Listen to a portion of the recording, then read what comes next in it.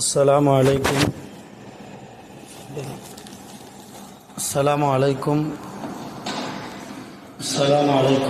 வரஹ்மத்துல்லாஹி வபரகாத்துஹு. அல்ஹம்துலில்லாஹி ரப்பில் ஆலமீன். அஸ்ஸலாத்து வஸ்ஸலாமு அலா சய்யிதினா முஹம்மதின் வ அலா ஆலிஹி வ அஸ்ஹாபிஹி அஜ்மஈன். அம்மா பஅத். அஊது பில்லாஹி மினஷ் ஷைத்தானிர் ரஜீம். பிஸ்மில்லாஹிர் ரஹ்மானிர் ரஹீம். ولا تبرجن تبرج الجاهلية الأولى. وقال نبينا محمد رسول الله صلى الله عليه وسلم خيركم من تعلم القرآن وعلمه.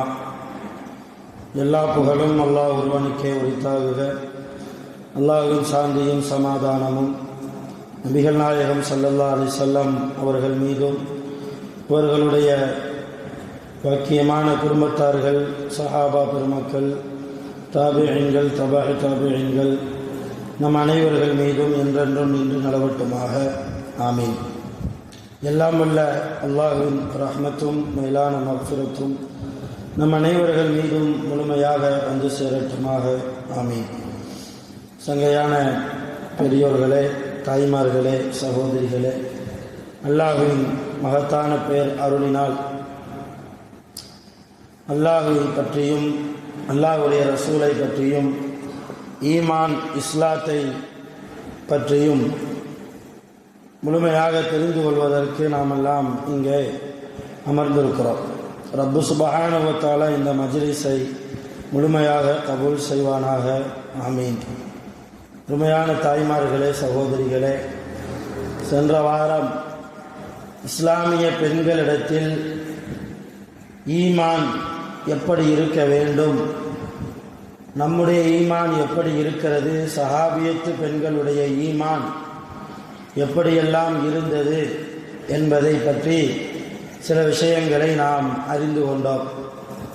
இந்த வாரம் சுவனத்து தலைவியாக இருக்கக்கூடிய ஃபாத்திமா ரலியல்லாஹு தஆலா அன்ஹா அவர்களும் ஒரு பெண்ணாக இருப்பதால் அவர்களுடைய வாழ்க்கையை ரத்தின சுருக்கமாக உங்களுக்கு முன்னால் சில விஷயங்களை எடுத்து சொன்னால் பெண்களாக இருக்கிற உங்களுடைய மனதில் சில மாற்றங்கள் ஏற்படும் என்கிற ஒரு நல்ல எண்ணத்தின் அடிப்படையில் ஃபாத்திமா ரலியல்லாஹு அன்ஹா அவர்களை பற்றி இந்த வாரம் நாம் தெரிய இருக்கிறோம்.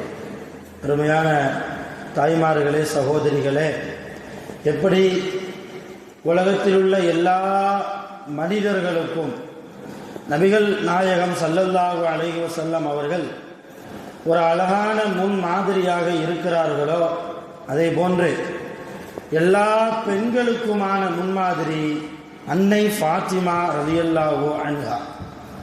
ஒவ்வொரு பெண்ணும் உலகத்தில் ஈமான்தாரியாக இருக்கக்கூடிய, முஸ்லீமாக இருக்கக்கூடிய ஒவ்வொரு பெண்ணுமே ஃபாத்திமா ரலியல்லாஹு அன்ஹா அவர்களை போன்று தன் வாழ்க்கையில் நடக்க ஆரம்பித்து விட்டால் எந்த குடும்பத்திலும் எந்த பிரச்சனையும் இருக்காது.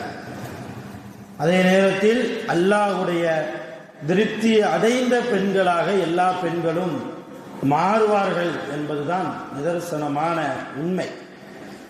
ஆக அந்த அடிப்படையில் நபி ஸல்லல்லாஹு அலைஹி வஸல்லம் அவர்களுக்கும் ஹதீஜா ரலியல்லாஹு தஆலா அன்ஹா அவர்களுக்கும் சேர்ந்து பிறந்தவர்கள்தான் ஃபாத்திமா ரலியல்லாஹு தஆலா அன்ஹா. நபி ஸல்லல்லாஹு அலைஹி வஸல்லம் அவர்கள் ஹதீஜா அம்மாவை திருமணம் முடிக்கிற போது ரசூலுல்லாஹ்வுக்கு வயது 25, ஹதீஜா அம்மாவுக்கு வயது 40. இப்போ தன்னை விட ஒரு 15 வயது மூத்த பெண்ணைத்தான் நபி ஸல்லல்லாஹு அலைஹி வஸல்லம் அவர்கள் திருமணம் முடித்திருக்கிறார்கள். இந்த இரண்டு தம்பதியினர்களுக்கும் பிறந்த அழகான சுவனத்து தலைவியாக இந்த உலகத்தில் அவதரித்தவர்கள்தான் அன்னை ஃபாத்திமா ரலியல்லாஹு தஆலா அன்ஹா. சிறு பிராயத்திலிருந்தே அவர்களுக்கு இறை அச்ச உணர்வு என்பது அதிகம் உண்டு. ஃபாத்திமா அம்மாவுக்கு சின்ன பிள்ளையில இருக்கிற போதே அதிகமான இரையச்சம், அல்லாஹ்வை பயப்படுகிற அந்த அழகான குணம் தக்குவா, அதை போன்று நபி ஸல்லல்லாஹு அலைஹி வஸல்லம் அவர்கள் தன்னுடைய தந்தையாக இருக்கிறார்கள், உலகத்திலே கடைசி நபியாக இருக்கிறார்கள் என்பதை விளங்கியதற்கு பின்னால் ரசூலுல்லாஹி ஸல்லல்லாஹு அலைஹி வஸல்லம் அவர்களுக்கு ஃபாத்திமா அம்மா கொடுத்த கண்ணியம், மரியாதை அவ்வளவு அலாதியானதாக இருந்தது. உண்மையான தாய்மார்களே, நபி ஸல்லல்லாஹு அலைஹி வஸல்லம் அவர்கள் தன்னுடைய 63வது வயதில் வஃபாத்தானார்கள். எல்லோருக்கும் தெரியும். சக்கராத்துடைய நிலைமையில் இருக்கிற போது ஃபாத்திமா அம்மா பக்கத்தில் உட்கார்ந்து கொண்டு அழுது கொண்டு இருந்தார்கள். யாருக்குத்தான் அந்த நேரத்தில் அழுகை வராமல் இருக்கும்?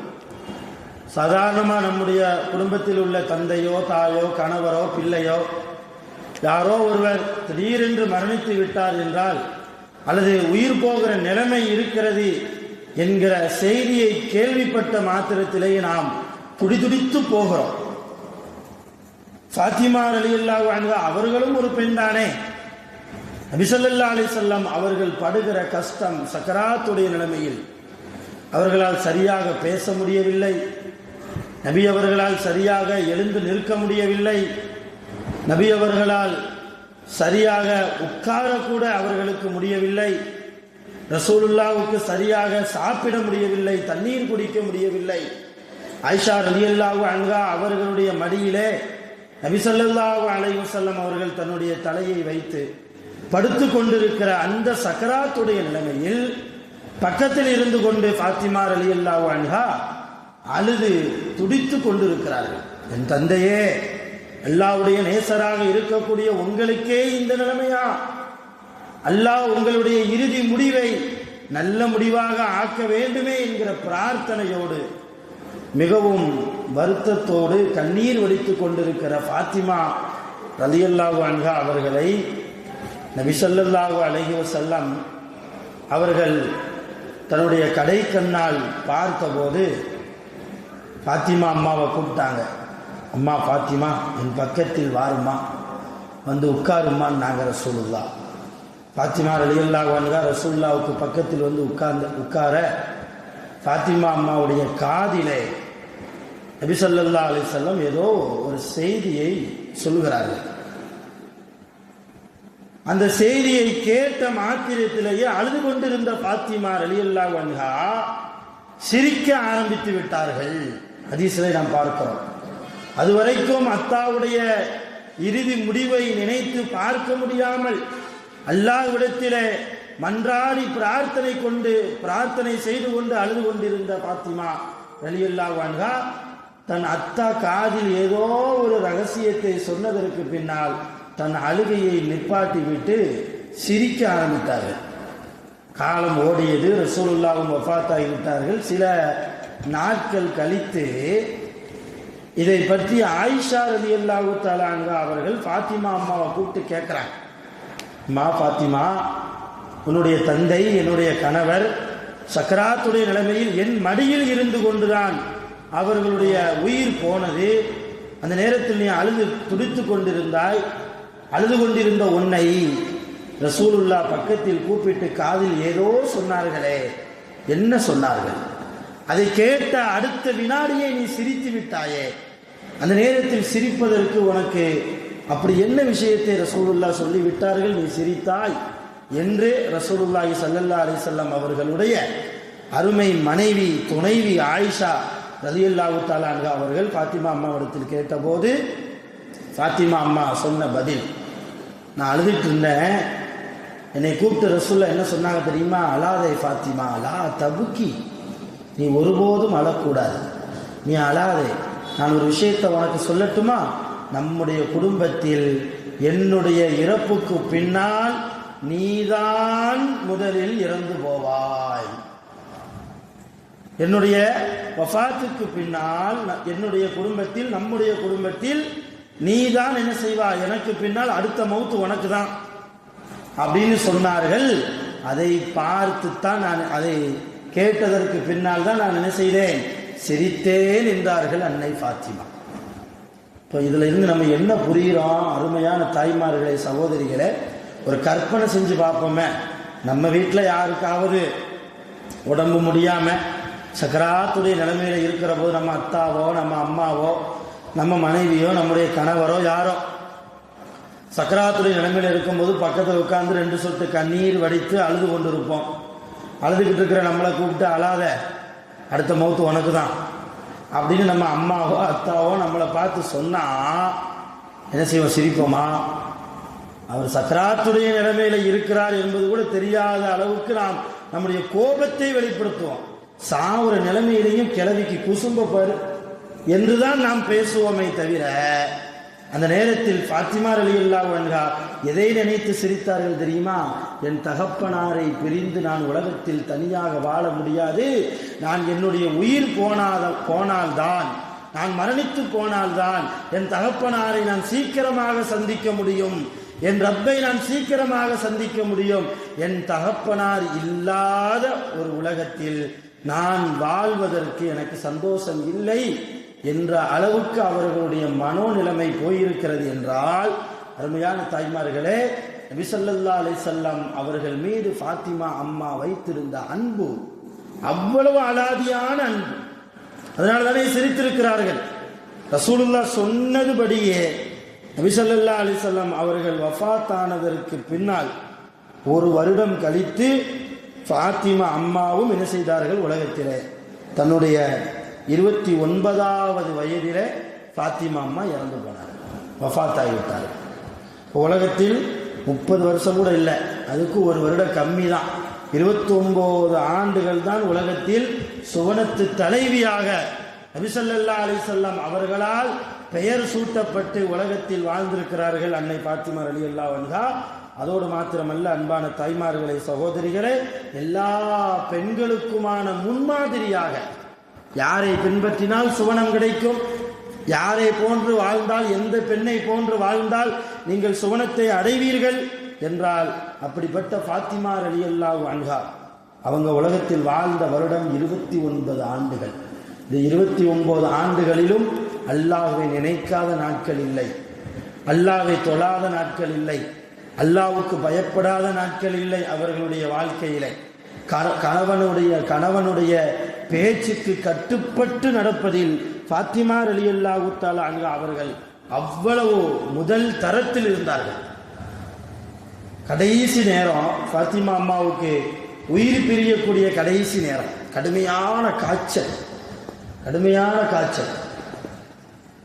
இந்த காய்ச்சல் நேரத்தில் சையதுனா அலி ரலியல்லாஹு அன்ஹு, அலி ரலியல்லாஹ் ஃபாத்திமா அம்மாவுடைய கணவர் இல்லையா, அந்த அலி ரலியல்லாஹு அன்ஹு அவங்க வெளியே ஒரு வேலைக்கு போயிட்டு வீட்டுக்குள்ள வந்து பார்க்குறாங்க. கடுமையான காய்ச்சல் நேரத்திலும் கூட, அந்த காய்ச்சலில் தான் ஃபாத்திமா அம்மாவுக்கு உயிரும் போனது. 29 வயசுல தான் இந்த சம்பவம் நடக்குது. அந்த கடுமையான காய்ச்சலிலும் கூட தன்னுடைய கணவருடைய துணியை எடுத்து துவைத்து கொண்டிருந்தார்கள் ஃபாத்திமா ரலியல்லாஹு அன்ஹா. பார்த்து துடித்து போனார்கள் அலி ரலியல்லாஹு அன்ஹு. என்னம்மா ஃபாத்திமா, இன்றைய நாளாவது நீ ரெஸ்ட் எடுக்க கூடாதா? உன் உடம்பை நீ கவனித்துக் கொள்ளக்கூடாதா? மிக கொடூரமான காய்ச்சலுக்கு பாதிக்கப்பட்டு நீ இருக்கிறாயே, இந்த காய்ச்சல் விடுவது போன்று தெரியவில்லையே, இந்த காய்ச்சலிலும் நீ தண்ணீரில் நின்று கொண்டு துணிகளை துவைக்க வேண்டுமா? இந்த வேலையை நான் செய்ய மாட்டேனா என்று நினைத்து ஃபாத்திமா ரலியல்லாஹு அன்ஹா அவர்களுடைய கணவர் இந்த வார்த்தையை சொல்கிற போது, இப்போ ஃபாத்திமா அம்மா என்ன சொன்னாங்க தெரியுமா? நான் உயிரோடு இருக்கிற வரைக்கும் உங்களுக்கு மனைவி என்கிற அந்தஸ்தில் நான் இருக்கிறேன், உங்களுக்கு மனைவி என்கிற அந்தஸ்தில் நான் இருக்கிறேன். நான் உயிரோடு இருக்கும் காலம் வரைக்கும் உங்களுடைய பணிவிடைகளில், உங்களுக்கு செய்ய வேண்டிய காரியங்களில் எந்த காரியத்தையும் நான் குறை வைக்க மாட்டேன் என்றார்கள் அம்மா ஃபாத்திமா ரலியல்லாஹு அன்ஹா. இப்போ தன்னுடைய உயிர் போகிற நிலைமையிலும் கூட, அந்த கடுமையான காய்ச்சலிலும் கூட ஒரு கணவனுக்கு செய்ய வேண்டிய கடமையை அன்னை ஃபாத்திமா ரலியல்லாஹு தஆலா அன்ஹா அவர்கள் எவ்வளவு நேர்த்தியாக செய்திருக்கிறார்கள். இதை கேட்டு அலி ரலியல்லாஹு தஆலா அன்ஹு அவர்கள் அழுதார்கள்.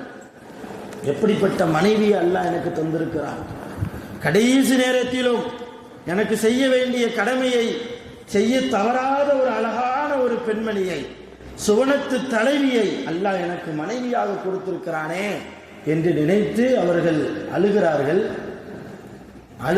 கணவன் அழுவதை பார்த்த பாத்திமா அம்மா அழுது கொண்டே கேட்டார்கள், ஏங்க அழுகுறீங்க? எதற்காக அழுகிறீர்கள்? உங்களுக்கு செய்ய வேண்டிய கடமைகளில் ஏதாவது குறை வைத்து விட்டேனா? எதற்காக நீங்கள் அழுகிறீர்கள்?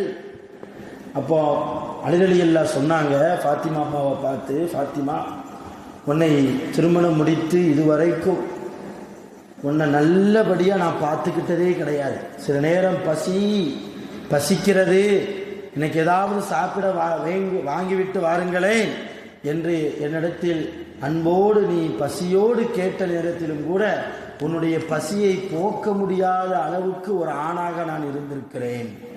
அந்த நேரத்தை நான் நினைத்து பார்க்கிறேன். நாளை கியாமத் நாளில் அல்லாஹ் என்னை அழைத்து, அலியே, உன்னை என்னுடைய சுவனத்து தலைவிக்கு உன்னை கணவனாக நான் உன்னை ஆக்கி இருந்தேனே, அந்த சுவனத்து தலைவிக்கு நீ செய்ய வேண்டிய கடமைகளை எல்லாம் அவள் பசியோடு இருக்கிற போது அவளுடைய பசியை நீ போக்கினாயா? அவள் காய்ச்சலில் இருக்கிற போதும் கூட உன்னுடைய துணியை எடுத்து துவைத்து கொண்டிருந்தாளே, அந்த மனைவியை நீ எப்படி பார்த்தாய் என்று அல்லாஹ் என்னிடத்தில் கேள்வி கேட்க ஆரம்பித்து விட்டால் நான் என்ன பதில் சொல்வேன்? அதை நினைத்துத்தான் நான் அழுகிறேன். உனக்கு செய்ய வேண்டிய பொறுப்புகள் இன்னும் எனக்கு நிறைய இருக்கிறதம்மா என்று சொன்னபோது இதை கேட்டு அழுதாங்க ஃபாத்திமா ரலியல்லாஹு அன்ஹா. இதை கேட்ட உடனே அழுதாங்க. இப்போ அலி ரலியல்லாஹு கேட்டாங்க திரும்ப, ஃபாத்திமா, நான் தான் உனக்கு குறை வச்சுட்டேன், நீ எதுக்குமா அழுகுற?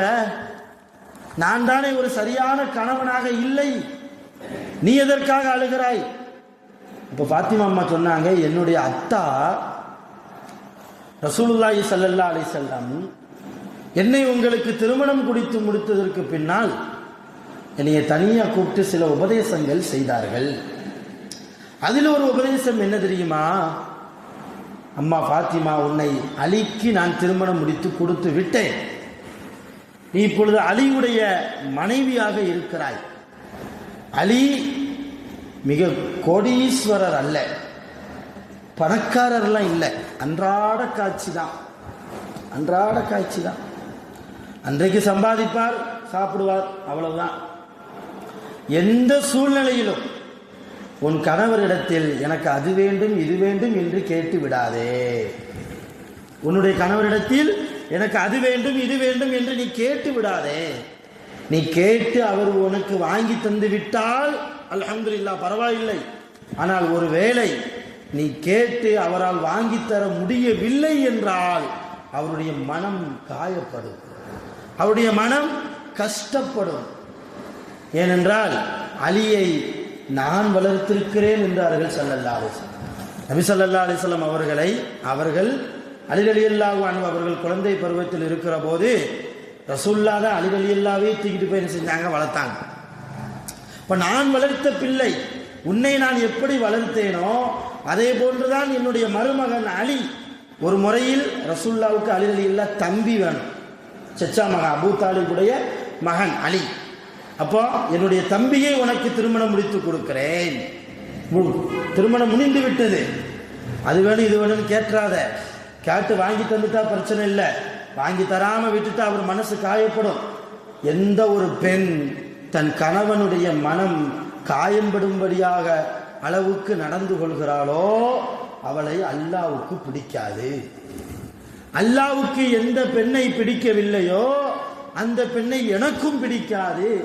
எனவே உன் கணவருடைய பேச்சை கேட்காமல் நீ வாங்கி கேட்டு அவர் வாங்கி தர முடியவில்லை என்றால் உன்னால் அவருடைய மனம் காயப்பட்டு விடும்.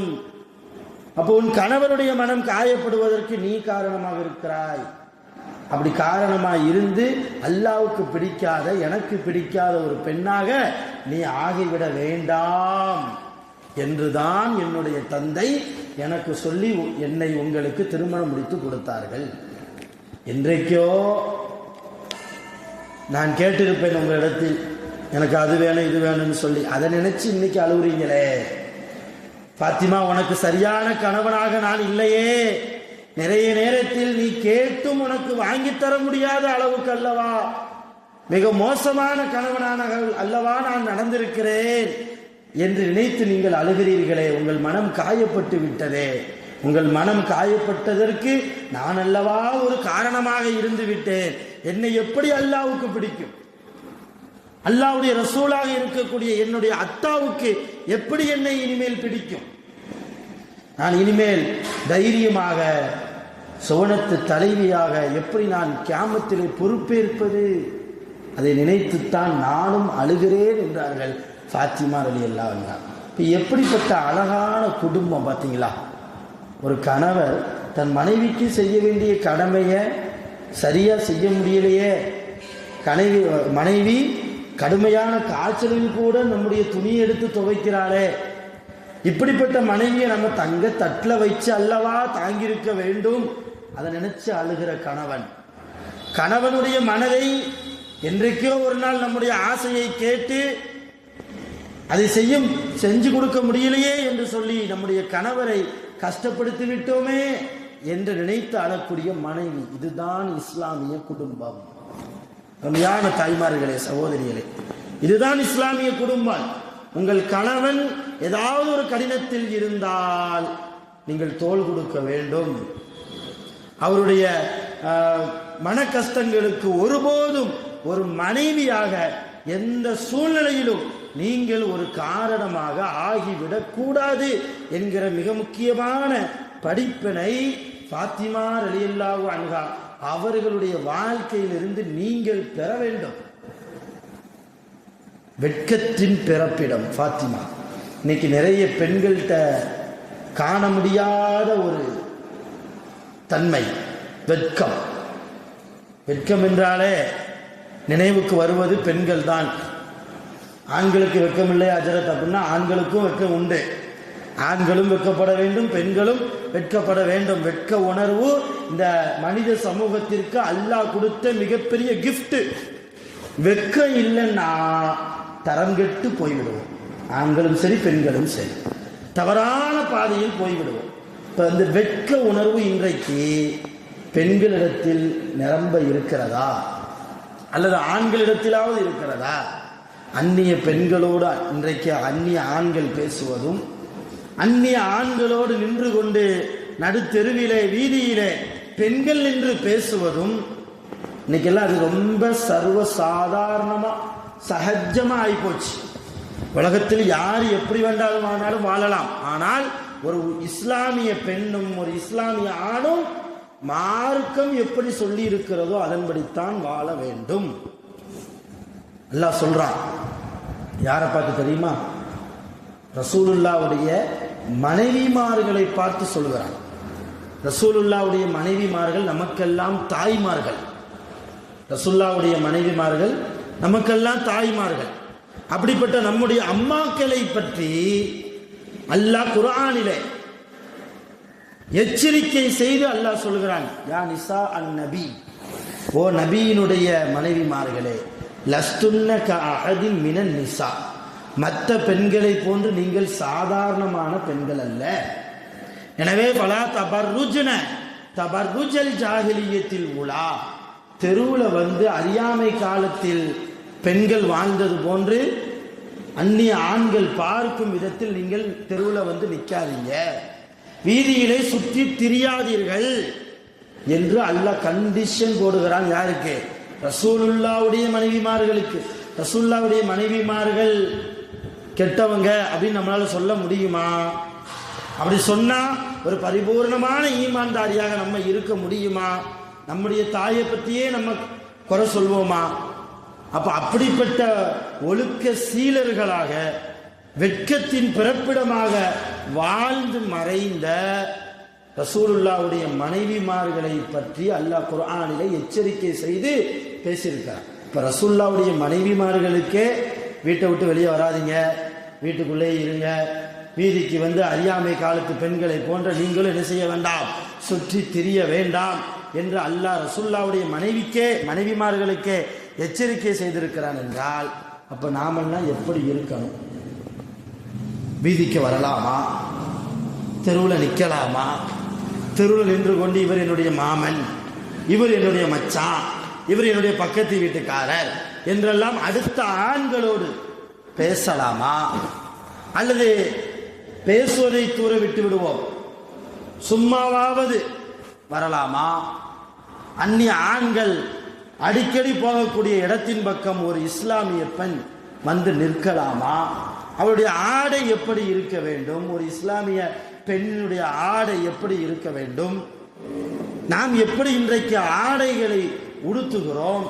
அருமையான தாய்மார்கள், இதற்கெல்லாம் மிக முக்கியமான படிப்பினையை எல்லா தாய்மார்களும் எல்லா சகோதரிகளும் ஃபாத்திமா ரலியல்லாஹு அன்ஹா அவருடைய வாழ்க்கையிலிருந்து நாம பெறணும். ஃபாத்திமா அம்மா அதே கடைசி நேரத்தில் கணவர் அலியை கூப்பிட்டு சொல்றாங்க, என் அருமை கணவரே, இன்னும் சில வினாடிகளில் நான் மௌத்தாகி விடுவேன். இன்னும் ஒரு சில வினாடிகளில் எனக்கு மௌத்து நெருங்கிருச்சு தெரியுது நல்லா. ஏன்னா மௌத்தா போகக்கூடியவங்களுடைய கண்களுக்கு மலக்குகள் எல்லாம் தெரிவாங்க. என்றைக்கு நம்முடைய கண்களுக்கு மலக்குகள் தெரிய ஆரம்பித்து விட்டார்களோ மலக்குள் மௌத்து வர போறாருன்னு அர்த்தம். மௌத்து ரொம்ப பக்கத்துல வந்துருச்சுன்னு அர்த்தம். அதைத்தான் ஃபாத்திமா அம்மா சொல்றாங்க, என் அருமை கணவரே, மௌத்தா போக போறேன். என்னுடைய உடம்பை இதுவரைக்கும் யாருக்கும் நான் காட்டியதில்லை. என்னுடைய உடம்பை யாருக்கும் நான் காட்டியதில்லை. ஃபாத்திமா அம்மா வெளியே போனாங்கன்னா அவங்க ஒல்லியா அல்லது நடுத்தரமான உடம்பு அமைப்பை கொண்டவர்களா அல்லது கொஞ்சம் கனத்தவர்களா எதுவுமே யாருக்கும் தெரியாது. இப்ப வரைக்கும் தெரியாது. வரலாறுல கூட ஃபாத்திமா அம்மா அவர்களுடைய இடை எப்படி இருக்கும், அவர்கள் கனத்தவர்களா ஒல்லியானவர்களா அல்லது நடுத்தரமாக இருப்பார்கள், எந்த ஒரு குறிப்புமே இல்லை. அந்த அளவுக்கு தன்னுடைய உடம்பை மிக லூசான பர்தாவை போட்டுக் கொண்டுதான் வெளியே போவாங்க. இன்னைக்கு குறிப்பா இன்றைய காலத்தில் வாழக்கூடிய இளம் பெண்கள், வாலிப பெண்கள் புர்கா போடுறதை பார்த்தா சுபஹான் அல்லாஹ், ரொம்ப இறுக்கமான ஆடை. சொல்லித்தான் ஆக வேண்டும் இந்த விஷயத்தை. ரொம்ப இறுக்கமான ஆடைகள் எப்படி இதுவெல்லாம் இஸ்லாத்தில் உண்டா?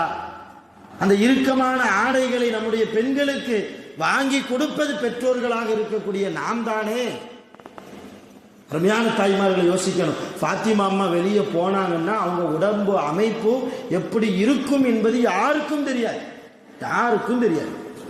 அந்த அளவு வாழ்ந்து மறைந்திருக்கிறார்கள் அன்னை ஃபாத்திமா ரலியல்லாஹு தஆலா அன்ஹா. அதைத்தான் சொல்றாங்க தன்னுடைய கணவரிடத்தில், என் அருமை கணவரே, சில வினாடிகளில் நான் மரணித்து விடுவேன். என்னுடைய உடம்பு நான் குண்டான பொம்பளையா ஒல்லியான பொம்பளையா யாருக்கும் தெரியாது. ஆனால் நான் இறந்து போய்விட்டால் என்னுடைய ஜனாசாவை குளிப்பாற்றுறதுக்கு பெண்கள் வரணும் இல்லையா? ஜனாசாவை ஆணா இருந்தால் ஆண்கள் குளிப்பாட்டுவாங்க, ஒரு பெண் மையத்தா இருந்தால் பெண்கள் போய் செய்வாங்க, குளிப்பாட்டுவாங்க. அப்போ நான் ஜனாசாவாக மாறிவிட்டதற்கு பின்னால் என்னுடைய ஜனாசாவை குளிப்பாட்டுவதற்கு சில பெண்கள் வருவார்கள். ஆனால் அப்படி பெண்கள் வந்து என்னுடைய ஜனாசாவை குளிப்பாட்டுவதை நான் விரும்பவில்லை. என்னுடைய ஜனாசாவை நீங்களே குளிப்பாட்டுங்கள். நீங்கள் என்னுடைய கணவராக இருக்கிறீர்கள். உங்களுக்கு முன்னாலேயே அல்லாஹ் என்னை அழைக்கிறார். நான் அல்லாஹ்வை பார்க்க போகிறேன். என்னுடைய தகப்பனார் முஹம்மது ரசூலுல்லாஹி ஸல்லல்லாஹு அலைஹி வஸல்லம் அவர்களை சந்திக்க போகிறேன். ரொம்ப சந்தோஷமா தான் இருக்கிறேன். ஆனால் நான் எப்படி வாழ்ந்தேனோ அதே போன்ற என்னுடைய மரணமும் இருக்க வேண்டும். நான் வாழ்ற போது என்னுடைய உடம்பை யாரும் பார்த்ததில்லை. நான் இறந்ததற்கு பின்னாலும் என்னுடைய உடம்பை யாரும் செய்யக்கூடாது, பார்த்து விடக்கூடாது. அதனால் ஆண்கள் அல்ல, அருமையான தாய்மார்களை யோசிக்கணும். தன்னுடைய ஜனாசாவை குளிப்பாட்டுறதுக்கு ஆண்களை அனுமதிக்காதீங்க அப்படின்னு ஃபாத்திமா அம்மா சொல்லல. எந்த பெண்களையும் அனுமதிக்க வேண்டாம். அடுத்த பொம்பளை கூட என் உடம்ப பார்க்கக்கூடாது, என்னுடைய ஜனாசாவை பார்க்கக்கூடாது. என்னுடைய கணவராக இருக்கக்கூடிய நீங்கள் மட்டும் என்னை குளிப்பாட்டுங்கள். உங்களுடைய கரங்களாலேயே என்னை என்ன செய்யுங்கள், நீங்கள் நல்ல முறையில் கஃபன் செய்யுங்கள். துணியை எடுத்து நல்ல முறையில் கஃபன் செய்யுங்கள். நீங்களே என்னை சுமந்து கொண்டு செல்லுங்கள். அப்படி நீங்கள் என்னை சுமந்து கொண்டு போகிற போது கஃன் துணியை வச்சு ஒரு ஜனாசாவை நம்ம கஃன் செய்கிறோம் அப்படின்னா ரொம்ப லூஸாவா கஃன் செய்வோம்? ஓரளவுக்கு டைட்டாக தான் என்ன செய்ய முடியும்? கஃன் செய்ய முடியும். அப்படி என்னை நீங்கள் கஃன் செய்து